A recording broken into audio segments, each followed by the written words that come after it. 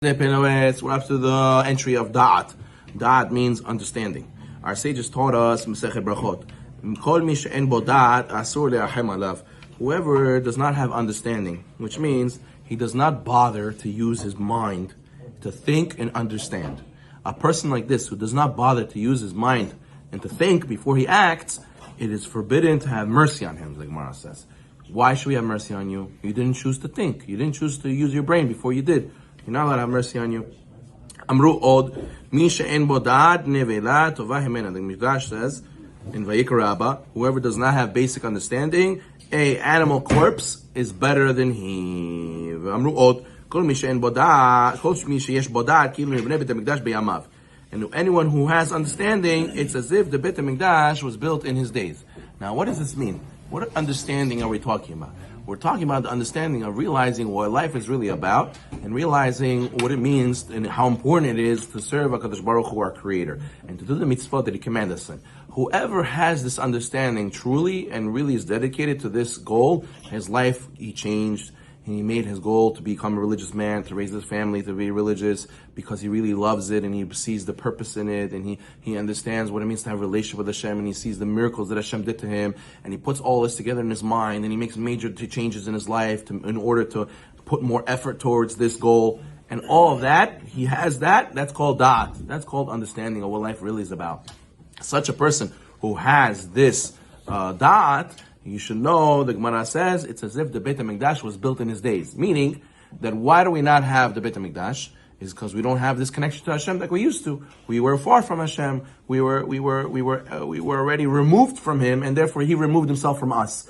But when a person has that and understanding of what life's about and how he should be dedicated to Hashem, so Hashem says, wow, you're in the state of mind that I would want the Jews to be in when I built the temple. So therefore, you should know, you have understanding, it's as if I built a temple in your days. You're the person who helped, and you're a person who is the type of person I would want the temple to be built for. So therefore, a person has to try to make more and more people amongst him to have proper understanding. How many people we know, they have a lost understanding what life is about. They think life is about, enjoying and just going and seeing the world and having, riches and experiencing all the beautiful thing life has to offer. That's a nice part of life, but it's not the end goal. And the end goal is not to just enjoy and try to live a certain millionaire lifestyle. That's not the point. Some people think you have to be I have to be a sports star. Some people think I have to be an actor. Some people think I have to be, the best, whatever businessman I could be and make the most money and be on Forbes top 100, whatever it is. Everybody has different goals. But that all, at the end of the day, boils down to not having the full understanding of what we're here for. And once a person has the full understanding, that's what it means the Beit HaMikdash will be built in his days. It is as if the Beit HaMikdash was built in his days. The Beit HaMikdash used to give this understanding to all of us. He used to bring a person who was far from Hashem. He would bring him to the temple. He would hear the Leviim sing. He would see the miracles of the temple. He right away would get da'at, right? That's why there's a mitzvah originally to go 3 times a year to the temple to get that da'at, to get on the holiday, that recollection and that reinvigoration of your understanding what life is really about. But we are in exile today, and that's why it's so sad and it hurts so much. We mourn so much for the exile. We have 3 weeks, Tisha B'Av, Shiva Tammuz. It's because we don't have the ability to make those people get understanding. Today, to get your children to understand the understanding of life that you have today is so difficult. And it's very hard to convince your relatives who are far from Hashem to have the understanding that you have. And you say, but I got it and I did it. How come I can't give it to them? I'm explaining to them everything I went through and it's so hard for them to absorb it. There's a lot of klipa on some people. There's a lot of miscommunication. There's a lot of desires that they're holding them back from understanding what you're saying. And a person has to pray and has to mourn and cry to Hashem. Hashem, please help us, save us, give us da'at, give us understanding to me and my family and to my friends and to all Am Yisrael. And therefore, a person has to realize that once you get da'at, it's a very big thing. The hardest thing to give to somebody today is understanding. You could give him money. A person could give his children money. He could give them time. He could give them clothing. He could give them a house. He could give them love. But to give them understanding is such a hard thing, and a person has to make efforts and pray that he should be able to give da'at to his family members and to himself, how much more so. As the sages say, "Amnu od gdula de'a al ken kavua bracha rishona lemtziut." We know that in the Shemona Esrei, with the first of the blessings of the middle blessings is Honen Adat, right? The first after the third blessing of Kel Kadosh, right? You say Honen Adat because that's how Hadat is, as the sages tell us, Nedarim. Dat hasarta makanita, im dat kanita mahasarta, right? The sages say, if you lack understanding, what did you acquire? What does it help to you have all this beautiful stuff if you don't have understanding? You don't know what to do with it. You don't know what you're building towards. And if you have understanding, so what are you missing? You're not missing anything. You have understanding, now you're able to get everything. So the main thing in life is understanding.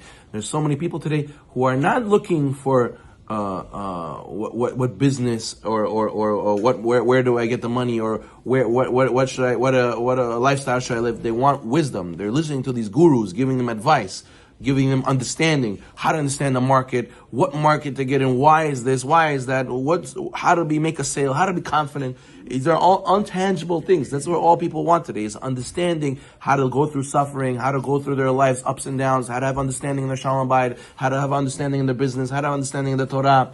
Everything boils down to, says the Gemara Sechet Nedarim, G'dat, understanding. The main thing is how do you look at things, and therefore everything else is just falls into place. So therefore, that's why a person has to know, if you lack understanding, what did you acquire? But if you have understanding, what are you missing? As it says, Bedat talui kol yadut. As really our entire faith all depends on understanding. What's the greatest mitzvah in the entire Torah? Studying Torah.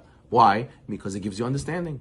With understanding, you could go and do any mitzvah. With understanding, you know how to fight the Yetzer Hara. With understanding, you know how to do the mitzvah, the halachot. Everything boils down to understanding.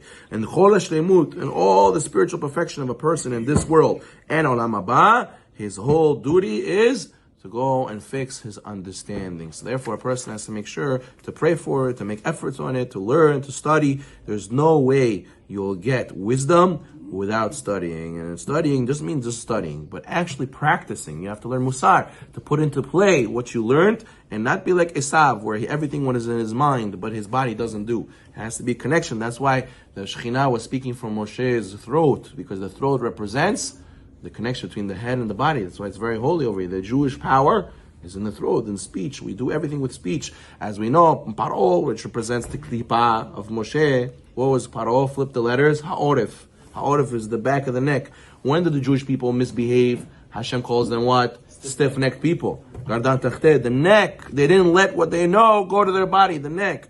And when Yosef saw Binyamin, where did he cry? He cried on his neck. And then what does that connect to? What does Chazal say? What was he crying about? Beit HaMikdash. How does the neck connect to Beit HaMikdash? Because the neck is a sign if you have dat. And to have dat, you need the Beit HaMikdash. The Beit HaMikdash, you need to have dat to get the Beit HaMikdash. So you see that the main thing a person has to work on is not just knowing, is that you have the understanding so deep that you actually want to do what you learned. As a person can learn, but then he goes off the derech after he went to yeshiva. Why did he go off the derech? But he went to yeshiva. He knows everything. Because he didn't have the real understanding. He didn't go, He didn't really hear the answers he wanted to hear. He didn't fill his thirst of the understanding. His understanding is not complete yet. And if he would work on it more, he would see that he will find all your answers are there. It's a matter of perfecting your understanding. Baruch Ha'olam.